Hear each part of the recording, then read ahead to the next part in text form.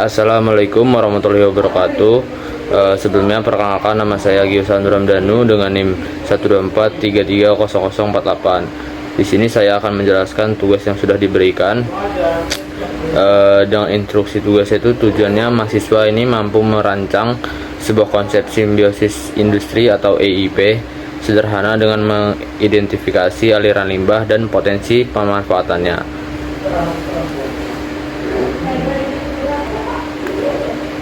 Nah, di sini kelompok saya atau kelompok 7 memilih simbiosis industri Eco-Industrial Park, yaitu pabrik kelapa sawit sebagai industri jangkarnya.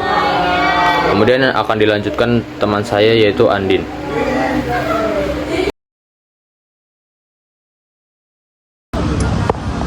Perkenalkan, nama saya Nini Raden Ayu dengan NIM 124330025. Di sini saya akan menjelaskan rancangan simbiosis.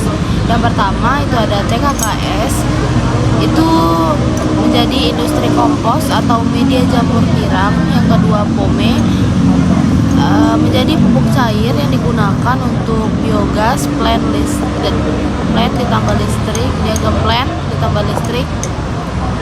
Yang ketiga itu cangkang dan serabut, itu menjadi biomasa baler untuk industri pengering pakan atau industri bata ringan. Yang keempat, panas buangan, itu digunakan untuk industri pengering hasil pertanian. Prinsip ekologi industri dalam desain EIP. Yang pertama, prinsip waste adalah food atau limbah menjadi sumber daya. Itu ada TKKS yang awalnya limbah padat bernilai rendah diubah menjadi kompos dan media jamur, meningkatkan nilai tambah. Yang kedua ada POME, itu diolah menjadi biogas sehingga limbah cair tidak dicemari lingkungan dan menjadi sumber energi terbarukan.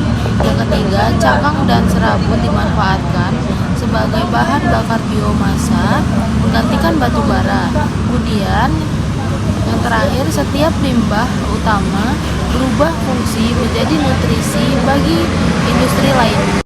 Di sini saya akan menjelaskan prinsip ekologi industri dalam desain EIP. Yang kedua, prinsip closed loop system, siklus tertutup. Energi dari biogas POME sebagai dapat digunakan kembali ke PKS untuk menggerakkan boiler, mengurangi kebutuhan solar atau PLN. Yang kedua, pupuk cair hasil pengolahan POME dapat kembali digunakan ke kebun sawit sebagai pengganti pupuk kimia. Yang ketiga, biomasa atau cangkang atau serabut dari PKS digunakan kembali untuk proses pengeringan internal PKS ataupun industri sekitar. Selanjutnya yang keempat, penggunaan ulang energi dan nutrisi menciptakan siklus tertutup yang mirip ekosistem alam. Selanjutnya yang ketiga, prinsip efisiensi material dan energi. Yang pertama, penggunaan limbah padat menjadi bahan bakar biomasa menurunkan beban landfill dan meningkatkan efisien material. Selanjutnya yang kedua, pemanfaatan panas buangan untuk pengeringan hasil pertanian meningkatkan efisiensi energi hingga 20-30%. Yang ketiga, pengolahan POME menjadi biogas mengurangi emisi metana dan menghasilkan listrik. Yang keempat, setiap aliran limbah dimaksimalkan sehingga input energi atau material baru semakin sedikit. Yang keempat, prinsip koneksi antar industri atau industrial simbiosis. Yang pertama, terjadi hubungan saling menguntungkan antar PKS. Yang kedua, industri kompos atau jamur. Yang ketiga, industri bagas. Yang keempat, industri biomasa energi. Yang kelima, industri pengering hasil pertanian. Yang keenam, sistem ini meningkatkan ketergantungan positif antar industri dalam satu kawasan.